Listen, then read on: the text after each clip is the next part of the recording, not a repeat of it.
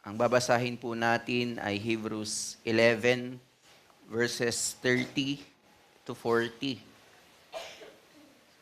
Tayo po ay patuloy na gumalang sa pagbabasa ng salita ng Diyos. Verse 30, By faith, the walls of Jericho fell down after they had been enriched for 7 days.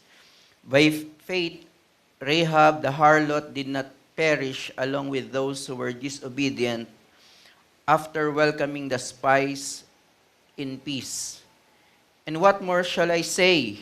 For time will fail me if I recount Gideon, Barak, Samson, Jephthah, as well as David and Samuel and the prophets, who through faith conquered kingdoms, performed righteousness, obtained promises, shut the mouths of lions, quenched the power of fire, escaped the edge of the sword, were made strong from weakness, became mighty in war, put foreign armies to flight.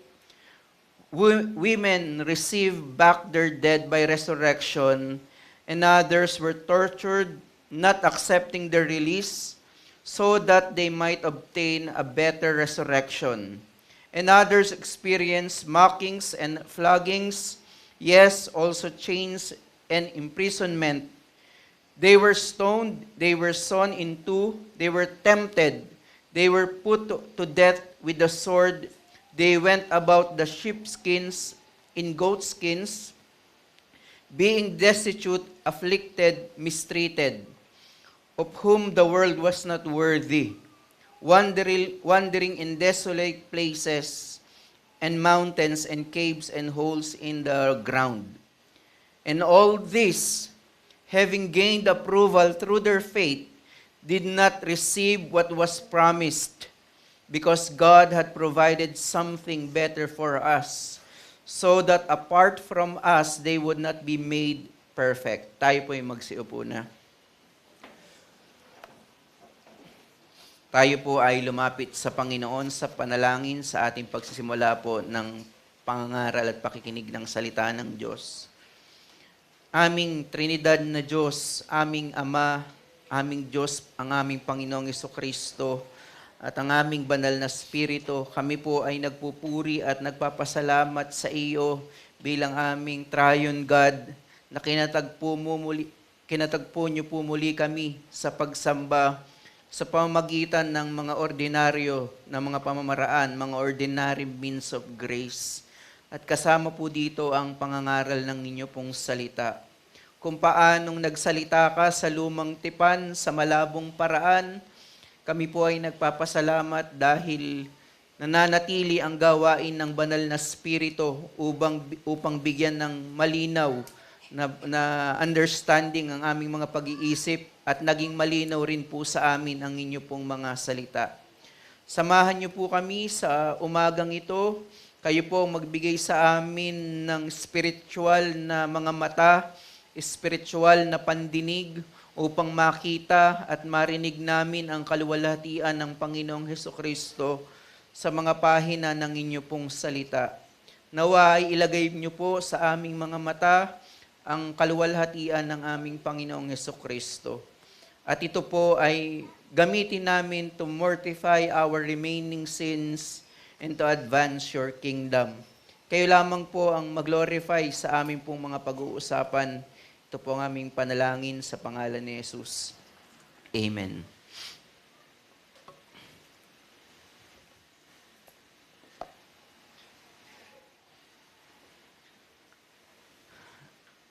Noong pong nakaraang buwan, pinagdiwang po natin, hindi po yung Pride Month, kundi pinagdiwang natin ang Independence Day. Ito yung araw kung saan tayo mga Pilipino ay nagkaroon ng sariling kasarinlan, naging malaya tayo.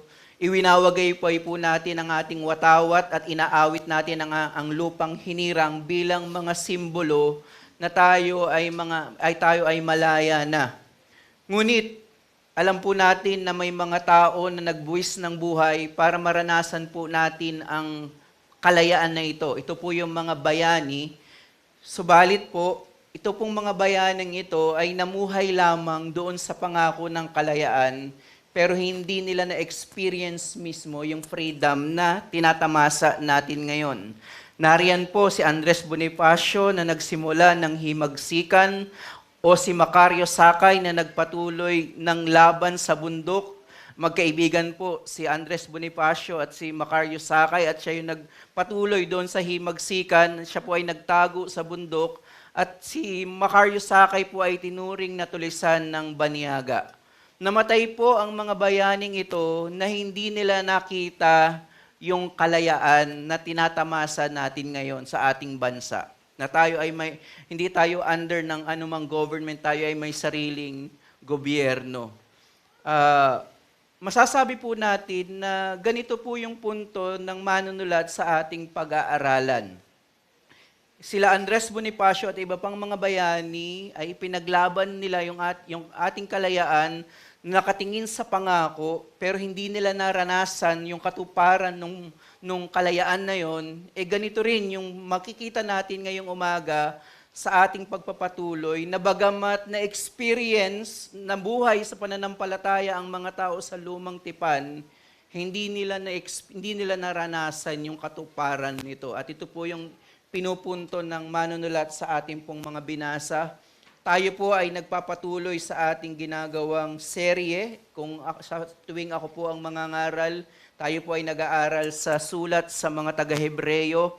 Kagaya po ng atin ng mga nakita sa naunang pangangaral, ang mga mananampalataya na kinakausap po dito ng author ay natutokso na bumalik sa mga seremonya ng lumang tipan dahil po sa persecution na nararanasan nila mula sa kapangyarihan ng Roman Empire, at dahil rin sa mga remaining sins nila within, sila ay natutokso na tumalikod. At maaari for them, nakikita nila ng mga tangible things, yung mga ceremony ng lumang tipan.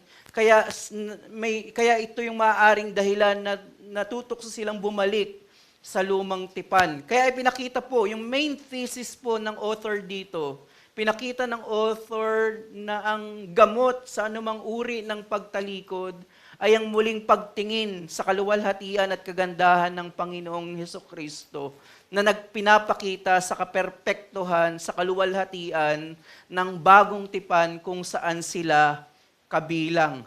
At tayo po ay nasa huling bahagi na po patungkol sa mga tinatawag na heroes of faith, yung mga iniwang halimbawa ng mga mananampalataya mula kay Abel at doon po sa mga women, kay Elisha. Pinakita dito na lahat ng mga mananampalatayang ito ay namuhay sa pananampalataya.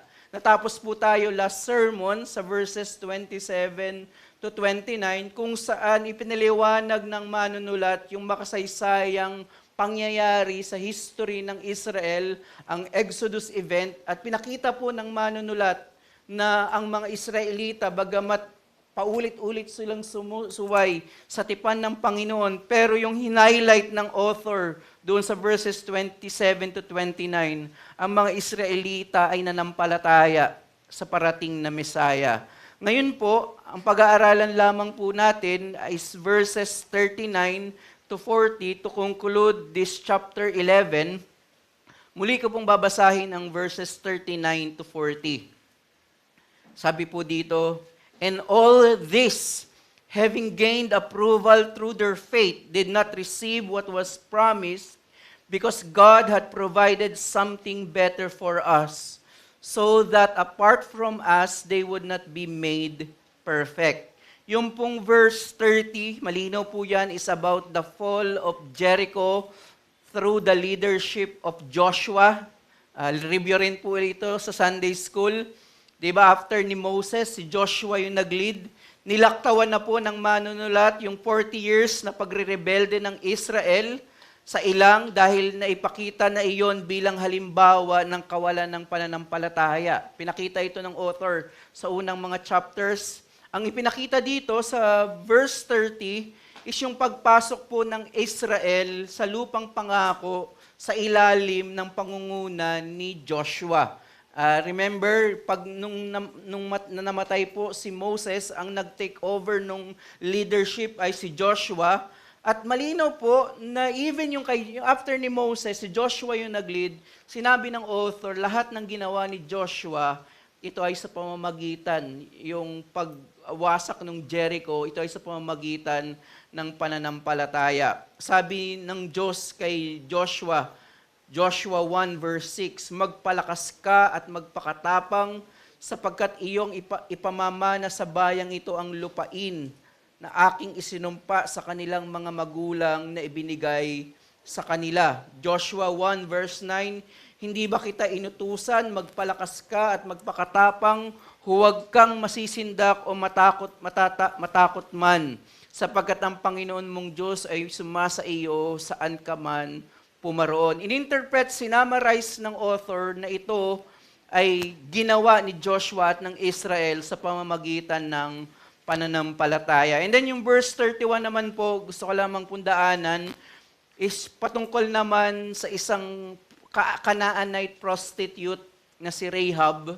Bago magsimula po ang labanan, natuklasan po ng mga pinuno ng Jericho, di ba yung wall ng Jericho, nagpadala ng spice si Joshua. Ngunit ang ginawa po ni Rahab ay tinago niya itong mga spice na ito dahil para protektahan ang kanilang buhay. At ipiniliwanag po ng author na yung act, hindi po yung pagsisinungaling ni Rahab, kundi yung act itself ay ginawa yun ni Rahab sa kabila ng kanyang pagiging Canaanite, sa kabila ng kanyang pagiging prostitute.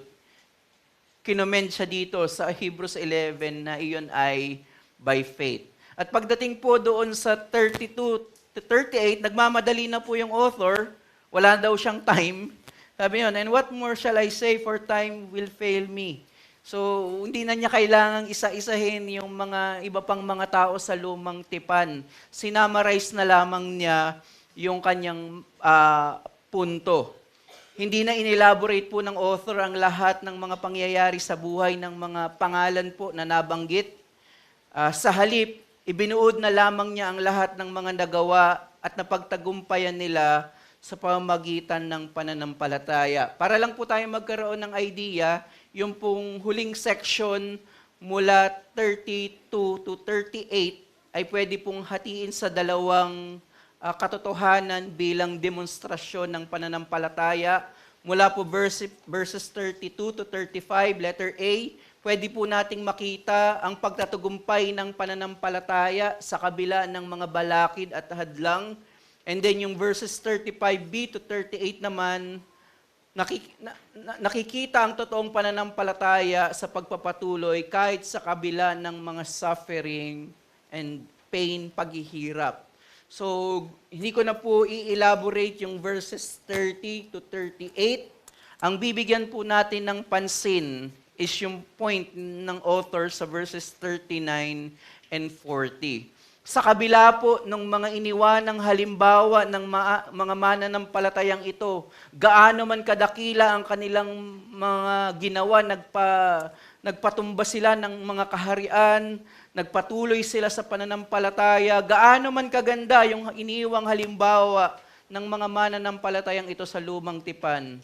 Ang sabi po ng author, all this, pertaining po doon sa mga na-mention niyang mga mula verse 3, mula kay Abel hanggang kay Elisha, all this, having gained approval through their faith, so may commendation na ibinigay, inapprove sila ng Panginoon, pero ang sabi ng author, did not receive what was promised. Para maintindihan po natin yung sinasabi dito ng author, kailangan po muna nating makita na mayroon namang mga pangako na natanggap ang mga tao sa lumang tipan.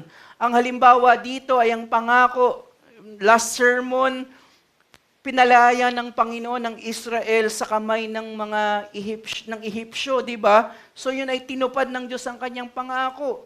At yung sa pamamagitan ni Joshua, ang pagpasok sa lupang pangako. So tinupad ng Panginoon kung ano yung kanyang immediate promise, walang pangako na hindi natupad. So in that sense, nakatanggap ng pangako ang mga Israelita. Hindi rin po sinasabi na hindi nila natanggap yung pangako ay hindi sila naligtas. May mga nagsasabi po kasi, lalo po nung sa panahon ng 17th century, may nagsasabi na yung hindi daw tinanggap ng lumang tipan is yung eternal life. Na hindi nila tinanggap while namuhay sila ng may pananampalataya, hindi sila nakatanggap ng eternal life. Ito po yung mga Socinians or early form of Unitarians. Ito yung paniniwala na may magkaibang way of salvation during the Old Covenant compared sa New Covenant. So, hindi po totoo na wala silang tinanggap na pangako, na-experience nila yung katuparan ng immediate promises ng Panginoon. Hindi rin po totoo na hindi sila nakatanggap ng kaligtasan. Malinaw na sila po ay naligtas sa pananampalataya. So ano po yung sinasabi po ng author? Did not receive what was promised. Maganda po yung napaka-precise na explanation ni John Owen, very short po, and I quote, sabi ni John Owen, the promise pertaining po doon sa did not receive what was promised, sabi ni John Owen, the promise as a faithful engagement of future good, they received. Pero sabi ni John Owen, but the good thing itself was not in their days exhibited. Ang ganda po nung napaka-precise na explanation na yon. Yung engagement of future good, yung mga blessings ng future good, they receive. But the good thing itself was not in their days exhibited. Ang sinasabi po dito ni John Owen, natanggap nila ang mga pagpapala ng bagong tipan, katulad ng pag-aaring ganap, justification by faith alone, nakatanggap sila ng sanctification, nakatanggap sila ng adoption at iba pang mga pagpapala ng kaligtasan. Subalit, hindi nila na-experience, hindi nila nakita yung historical fulfillment ng mga pangako ng lumang tipan. Kaya ang sabi ng author, to emphasize the glory and the greatness of the new covenant. Sabi ng author, because God had provided something better for us, so that apart from us, they would not be made perfect. Walang kaperpektuhan ang lumang tipan sa kabila ng kanilang pananampalataya. Ang sinasabi ng manunulat, walang kaperpektuhan. Necessary daw yung bagong tipan para sa kanilang kasakdalan, kaperpektuhan. Kaya ito po yung ating message for this morning. Ang mga tao sa lumang tipan gaya natin ay naligtas sa pamamagitan ng pananampalataya habang nasa ilalim ng lumang tipan.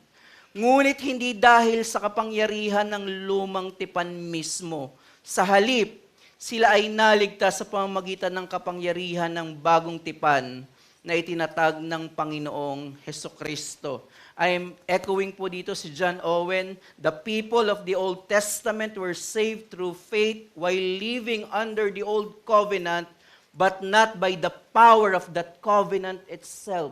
They were saved under the Old Covenant, but they were saved by the virtue and power of the New Covenant established by the Lord Jesus Christ.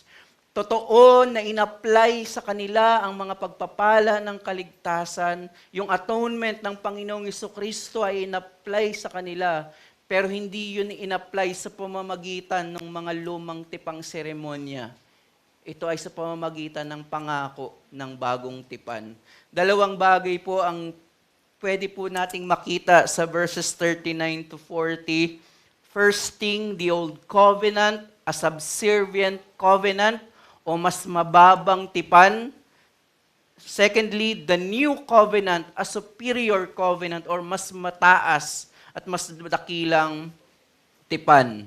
First thing na pwede po nating makita, the old covenant as a subservient covenant. Ang lumang tipan bilang mas mababang tipan. Again, sabi po ng verse 39, and all this, having gained approval through their faith, did not receive what was promised. Ang sinasabi po dito ng author na all this ay pumapatungkol po sa pananampalataya ni Abel hanggang sa pananampalataya ni Elisha. These people of God received the commendation of God because of their faith. Ipinakita nito na bagamat sila ay nasa ilalim ng lumang tipan, kagaya ng na-point out ko kanina, tinanggap nila ang mga pagpapala ng kaligtasan ng bagong tipan. Mula sa sakripisyo ni Abel, sa paggawa ni Noah ng arko, sa pangunguna ni Moses sa Israel, lahat ng ito ay katunayan ng kanilang totoong pananampalataya. At sinabi ng author, they were approved. They were commended by God. Pero sa kabila po ng commendation ng Panginoon sa kanila, because of their faith, malinaw po yung sinabi, these heroes of faith, did not receive what was promised. Hindi po nito sinasabi na hindi po sapat ang kanilang pananampalataya, sapat yung kanilang pananampalataya, kundi ang pinapakita po dito ng author ay hindi yung kakulangan ng kanilang pananampalataya. Ang sinasabi dito ng author ay ang kakulangan and imperfection of the old covenant kung saan sila kabilang. Hoping malinaw po yun. Ang sinasabi dito ay hindi yung kulang yung pananampalataya nila. Sapat yung pananampalataya nila. Ang tinutukoy dito is yung tipan kung saan sila kabilang. At para po makita natin bakit mas mababang tipan ang lumang tipan, pwede po natin itong makita sa dalawang bagay. Actually, madami. But for the sake of time, dalawa lang po yung pwede nating makita. Una po, bakit mas mababa po yung lumang tipan sa pamamagitan po ng mga kautusan dito? Ang kalikasan at layunin ng mga kautosang tipan kay Moises o ang lumang tipan ay nagpapakita kung anong uri, ano ba yung nature, kalikasan ng tipang ito. Ang pangunahing diin po kasi sa lumang tipan, bagamat hindi lamang dito nakatuon, ang emphasis ng lumang tipan is the 10 commandments ng Panginoon, ang 10 utos at yung mga utos pa na kasama nito. Ang tipang ito po ay nakabatay sa pangako ng Diyos na pagpapalain ang mga inapo ni Abraham. Kasabay nito ay nakasalalay sa pangako ng mga tao na sundin nila ang kautusan ng Diyos, Genesis 17. So while may pangako ang Panginoon, pero ito ay nasusustain, na-establish by obedience. At ito po ay na-formalize sa pagbibigay po ng kautusan sa Exodus 20. Exodus 20 verses 1 and 2. At isinalita ng Diyos ang lahat ng salitang ito. Ang sinasabi, ako ang Panginoon mong Diyos na naglabas sa iyo mula sa lupain ng Ehipto, mula sa bahay ng pagkaalipin. Para po masustain yung lumang tipan, yung kanilang pagiging special people of God, kailangan po itong i-sustain at para sila ay manatiling prosperous nation, kailangan nilang sundin yung mga utos ng Panginoon. At matapos pong ibigay ng Diyos ang kautosan kay Moises at nangako ang bayan sa kanila na kanilang susundin ito. Di ba yung nangyari, bumaba si Moses mula sa bundok upang ipahayag sa kanila na ang pagtitipan sa pamamagitan ng kautosan.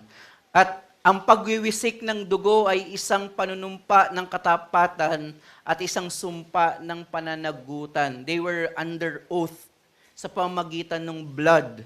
Pero ayon po sa Hebrews 9:18 to 23, nadaanan na po natin to, ang ritual na ito ay hindi lamang nagpapatibay sa tipan, kundi nagdudulot din ng pagpababanal. So may sanctification, but for the purification of the flesh, hindi pangkaligtasan.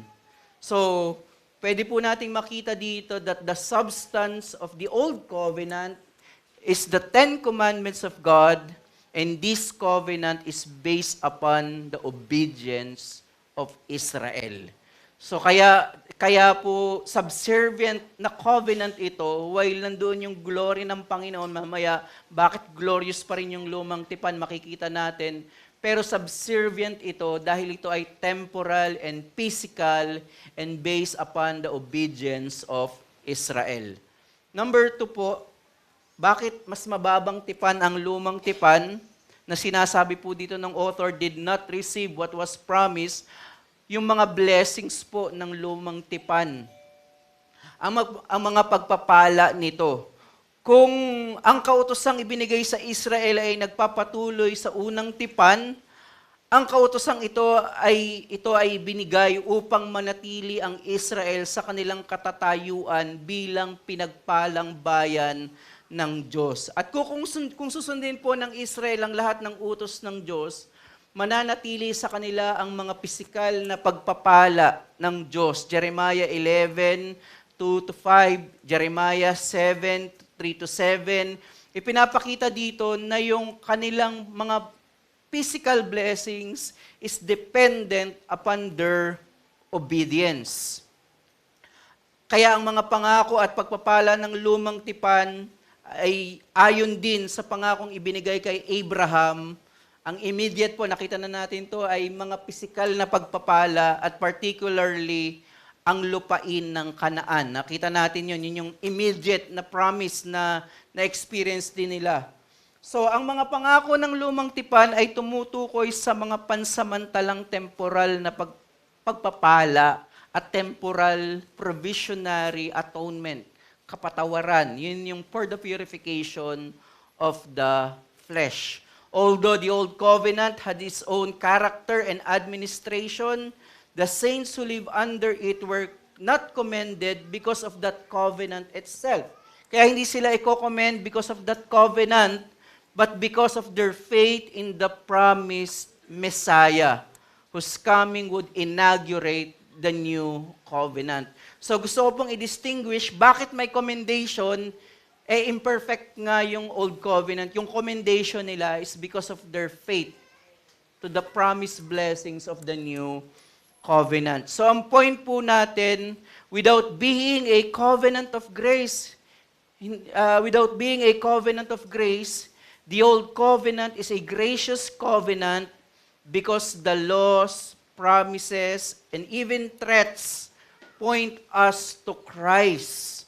So yung graciousness, hindi po gracious yung mga utos, yung mga sakripisyo dahil napakamadugo ng lumang tipan.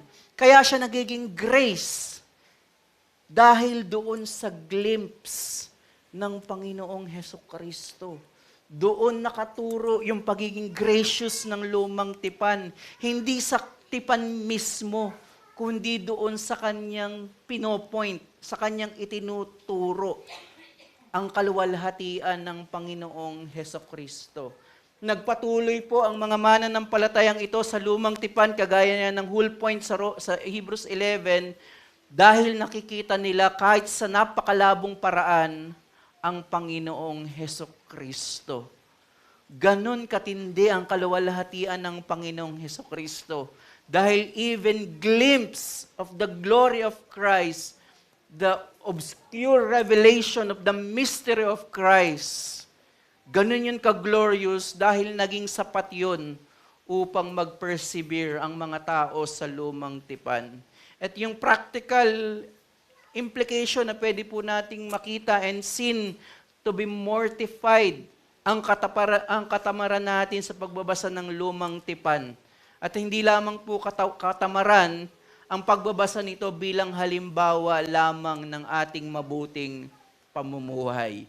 Kapag binabasa na natin ang lumang tipan as moral code, gagayahin natin yung mga morality dito at hindi natin nakikita yung pinakapunto ng lumang tipan, ang Panginoong Hesukristo, ito ay walang spiritual benefit sa atin. At ito po ang ginagawa ng mga typical evangelical. Dahil wala si Kristo doon sa pangangaral nila sa lumang tipan, tinitingnan nila yung lumang tipan na dapat gayahin, na kapag ikaw ay sumunod sa Panginoon, pagpapalain ka materially. Dahil yun naman talaga, Malakay 3. Kapag kayo ay nag-ikapo, bubuksan ng Diyos daw yung langit at payayamanin, ibubuhos ang lahat ng pagpapala. At dahil walang Kristo sa ganong uri ng pangangaral, ganon yung nangyayari sa kanilang pangangaral, nagiging moralistic. Nauuwi sa prosperity gospel. Kaya tayo pong mga reformed, maganda magkaroon tayo ng fresh na pagkakagusto sa pagbabasa ng lumang tipan. Dahil sa mga pages na ito, lalong-lalo na po na sa bagong tipan, nakikita na natin si Kristo sa lumang tipan. Kaya ang gospel cure po, basahin po natin ang lumang tipan sa lente ng kaluwalhatian ng Panginoong Hesukristo. Christocentric po yung ating pagbabasa ng Biblia, ng lumang tipan in particular. Hindi ko po sinasabi na masama po yung morality ng lumang tipan, hindi po evil yung moral ng lumang tipan at kailangan po nating gayahin yun. In fact, kung ikaw ay theonomic yung view mo, talagang kokopyahin mo kung ano yung mga kautusan doon sa lumang tipan.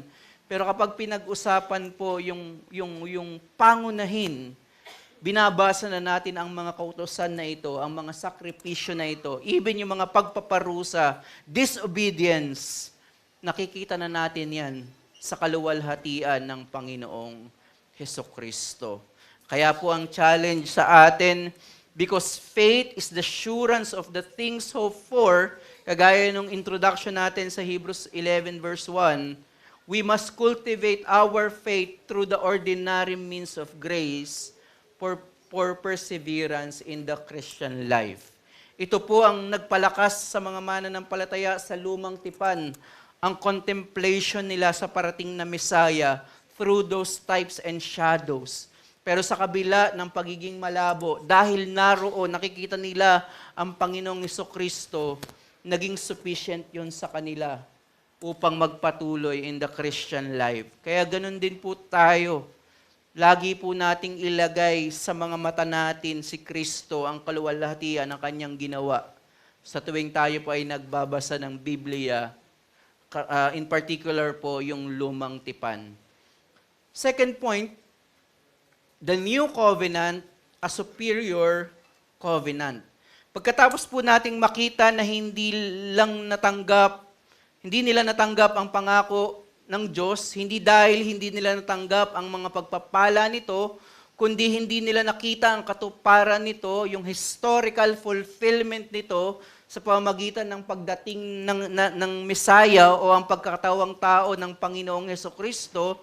Nagpatuloy po ang author. Sinabi doon, they did not receive what was promised, and then dinoble po yung pagiging point, because God had provided something better for us pertaining doon po sa mga believer in the new covenant. Sabi ng author, so that apart from us, they would not be made perfect.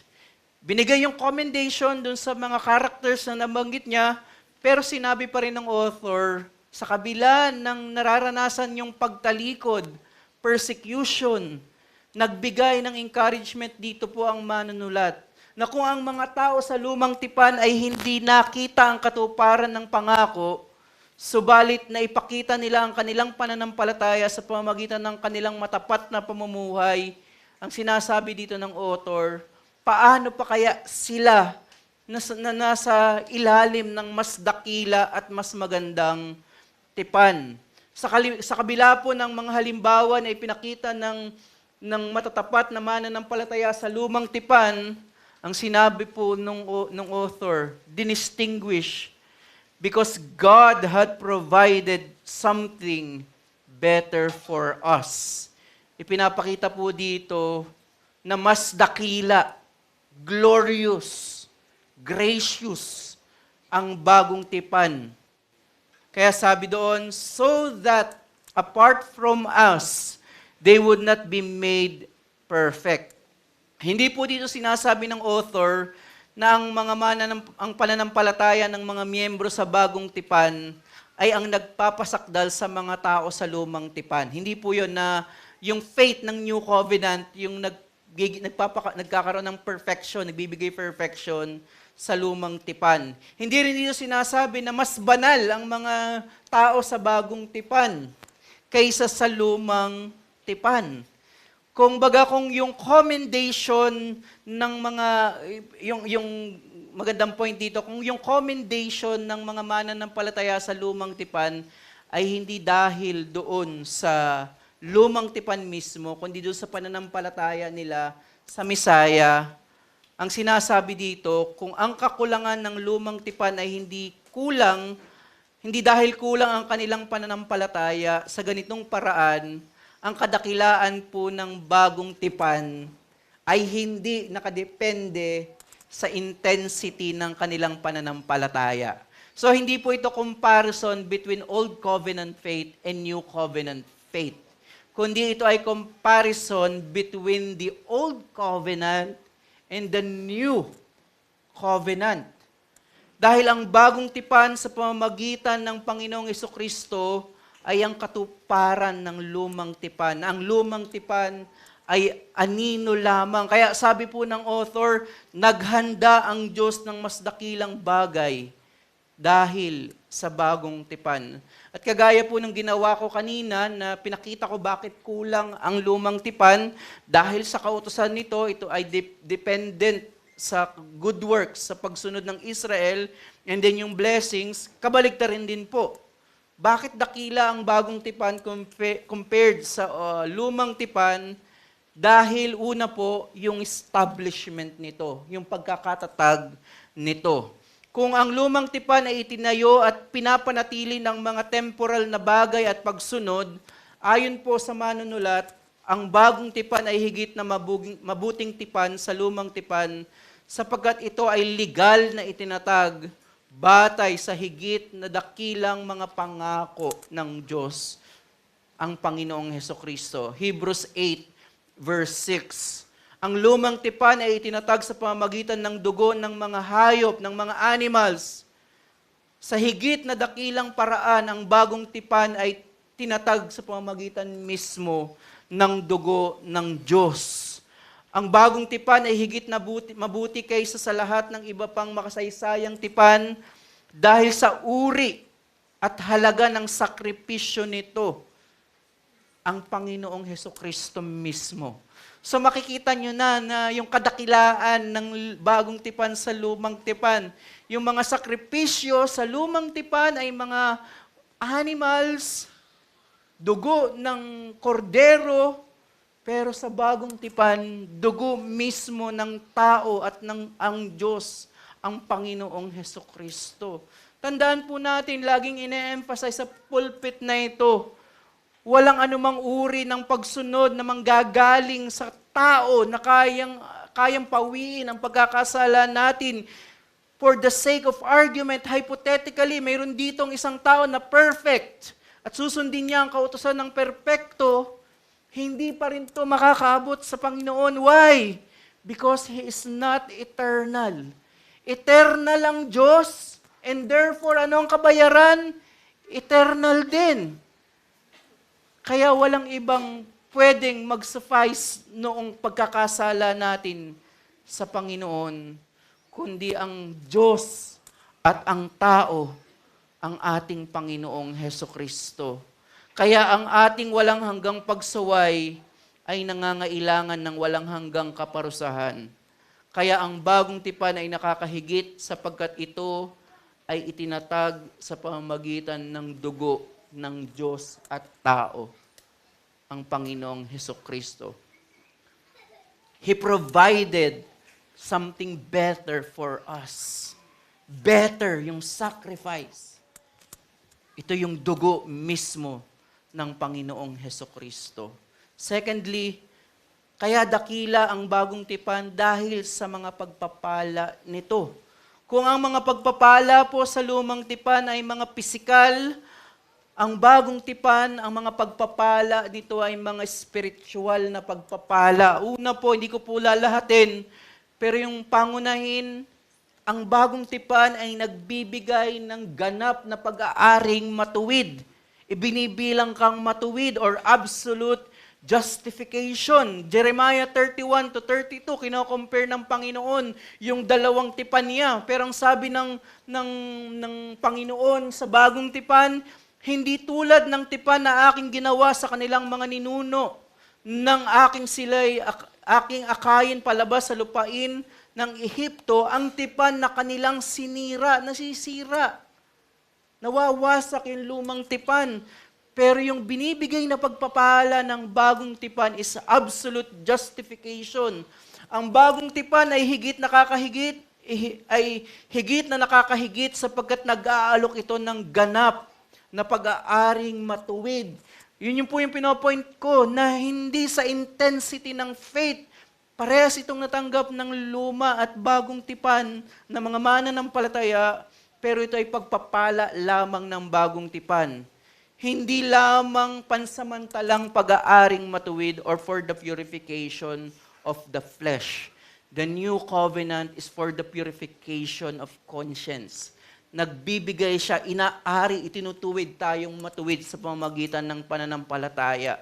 Ang lahat ng kasalanan at natitirang karumihan sa buhay ng mga kasapi sa bagong tipan ay hindi makapag-aalis sa kanila sa mga pagpapala ng bagong tipan. Anumang uri ng kasalanan ng isang mananampalataya, kung siya tinuring na matuwid ng Diyos, hindi nito mababiolate, hindi nito mabebreak ang bagong tipan. Dahil ito ay tinayo ng Panginoong Hesukristo. Secondly, pagbabagong buhay o regeneration, pagpapabanal, sanctification. Again, Jeremiah 31:33. Sapagkat ito ang tipan na aking gagawin sa sambahayan ni Israel pagkatapos ng mga araw na iyon, sabi ng Panginoon, ilalagay ko ang aking kautusan sa kanilang kalooban at isusulat ko ito sa kanilang mga puso. Again, the distinction. Sa lumang tipan, inilagay sa 2 tapyas ng bato at ilang ulit na binasag. Pero sa bagong tipan, isusulat ito sa mga puso ng mga mananampalataya. Ilalagay ito sa puso upang magkaroon sila ng pagsunod sa ating Panginoon, masayang pagsunod sa Panginoon. Ang mismong kautusan na isinulat ng Diyos sa mga bato sa ilalim ng lumang tipan ay siya rin isinulat niya sa puso ng mga kabilang sa bagong tipan. Ang mga kabilang sa bagong tipan ay umiibig sa kautusan at kusang loob na sumusunod dito.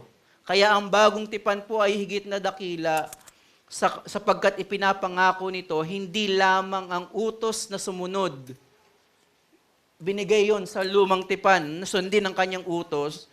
Ang malaking pagkakaiba sa bagong tipan, ibinigay yung desire and ability to obey the law of God. Ganoon kadakila ang bagong tipan.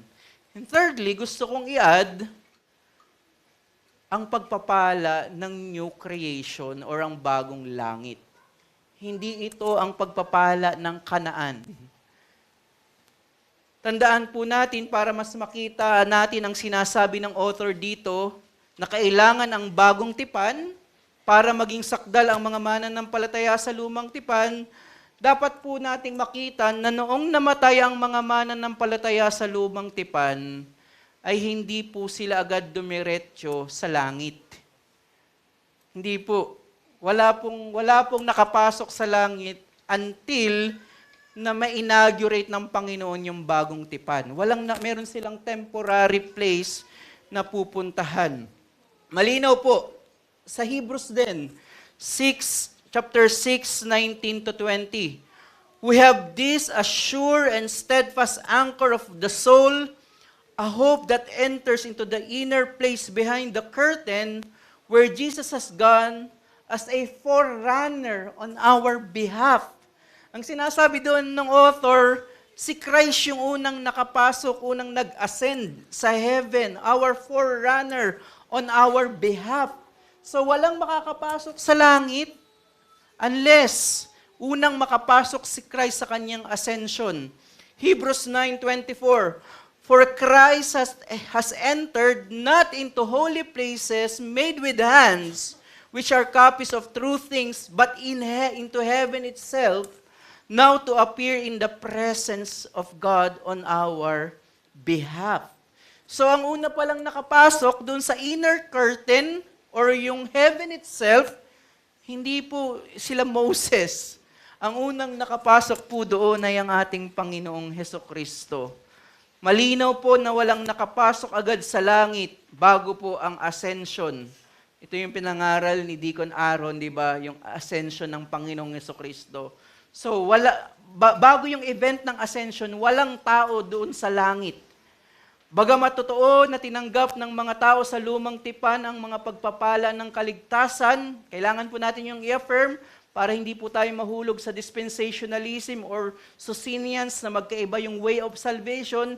Tinanggap nila ang lahat ng mga pagpapala ng kaligtasan, but there is progress in redemptive history. Hindi nila na-experience, hindi nila nakita yung fulfillment. Kaya, nung sila po ay namatay, sila po ay dumiretso doon sa tinatawag natin na upper Sheol, hindi po sa langit, o yung tinatawag natin na Abraham's bosom. Wala po doong kahirapan, sabi doon, linaw po ng text, inaaliw sila ni Abraham. So yung pinag-aralan na po natin dito na may compartment yung hell, yung Sheol, na yung mga mananampalataya ay nasa upper Sheol, na yun yung tinatawag na Abraham's bosom. Zechariah 9, the prisoners of hope, na nag-aantay doon sa pagdating ng Messiah, na ililigtas sila doon. Kaya po yung sa preaching ni Deacon Aaron na nag-ascend ang Panginoon, He led a host of captive. Kasama niyang umangat yung mga mananampalataya doon. Sabi ni Samuel Renihan, saints before the resurrection may have been at rest, but they had not yet arrived at the heavenly country, which Hebrews says was reserved until a time when both they and ourselves would have access to it. Quoting yung mismong text natin. Sabi pa niya, Satan had no power to torment the saints, but they were contained in Sheol. So Jesus broke the bars and gates of Sheol, pertaining po doon sa Zechariah 9, and led a host of captive souls out, while the strong man could do nothing but watch. Jesus descended to Abraham's bosom without humiliation or defeat, but as a conqueror. He did not descend to languish, but to liberate. Ito yung glory ng kamatayan ng Panginoong Hesukristo. Hindi pwede na nung siya ay namatay, soul sleep lang siya doon sa kanyang katawan. Kasi present natin na sa lumang tipan, mayroon talagang separation ng body and soul sa death, temporary separation ng body and soul, at may iisang pupuntahan. Hindi rin pwede na pagkamatay ni Christ, dumiretso agad siya sa langit. Paano yung kanyang body? Kailangan God and man yung magsasacrifice. Dahil ang kaligtasan na binigay sa atin is both body and soul. So ang isang conclusion lang, nung siya ay 3 araw na namatay, yung kanyang katawan ay patay doon sa libingan. Yung kaluluwa ng Panginoong Hesukristo ay nagko-conquer sa ilalim ng impyerno.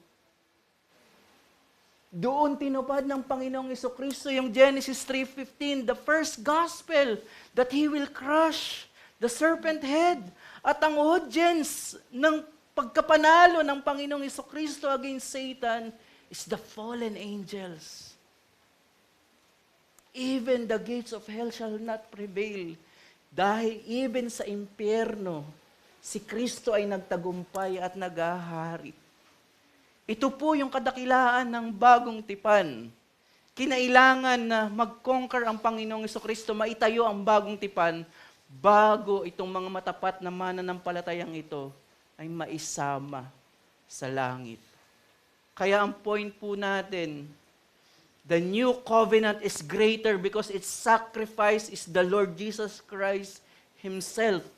Through His sacrifice, we receive absolute justification, regeneration, and sanctification, and He has brought us into heaven itself. Dinala tayo ng Panginoon sa bagong sangkatauhan. Ito po ang mga bagay na nakakalimutan ng mga Hebreyo na sinusulatan ng manunulat. Nakatingin sila sa mga temporal, kung makakatakas ba kami sa persecution ng Rome? Nakakapagod ng mag-antay ng pagpapala, ng paghukom ng Panginoon sa masasama. Nakikita nila yung mga temporal na bagay, pero nakakalimutan nila ang kadakilaan ng bagong tipan. kung saan sila miyembro. At ganun rin po tayo. Nananatili po ang tukso na mas maganda, mas madaling tumingin sa temporal at mas malapit kaysa sa mga malalayong pangako ng Diyos. Kapag nakakalimutan po natin ang mga dakilang pagpapala ng kaligtasan at ipinagpapalit natin ito sa mga temporal na bagay. Madali po yung mga temporal na bagay kasi achievable agad-agad. Kasalanan, material things, magtrabaho ka lang ng maayos, yung gusto mong bilhin, makukuha mo. Hindi po yun kasalanan mismo, pero ito yung paulit-ulit kong nababanggit sa pangaral na mas mahirap pagbanggain yung mabuting bagay sa mas dakilang bagay. Hindi yung kasalanan, alam mo na kasalanan siya, pero mahirap pa rin yun, pero alam mo kasalanan siya.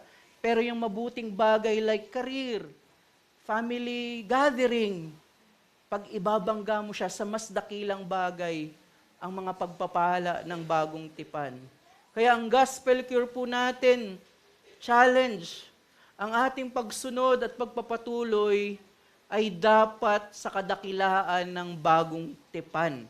Ang ibig sabihin ko po dito, kung ang mga tao sa lumang tipan ay nagpatuloy sa kabila ng napakalabong kapahayagan patungkol sa Panginoong Hesukristo, paano dapat yung pagsunod natin na naranasan natin ang katuparan nito sa muka ng Panginoong Hesukristo? Ang ganda po nung sinabi ni John Calvin, "A tiny spark of light led them to heaven. But now that the Sun of Righteousness shines on us, what excuse shall we offer if we still cling to the earth?" Kung yung tiny revelation of the mystery of Christ ay naging sufficient para magpatuloy si Moses, si Abraham, si Abel, at iba pang mga mananampalataya, ang sinasabi ni John Calvin, paano pa kaya tayo na yung araw ay hindi nababalutan ng mga ulap, kundi nakikita natin ang araw in its noonday. Nakikita natin ang kaluwalhatian ng Panginoong Hesukristo sa bagong tipan. Isa po sa kilala natin na Puritan ay si John Bunyan na nagsulat po ng Pilgrim's Progress. Siya po ay nakulong, humigit kumulang na 12 years, siya ay nakulong dahil pinagbawalan siya na ipangaral ang Ebanghelyo, subalit hindi niya ito sinunod.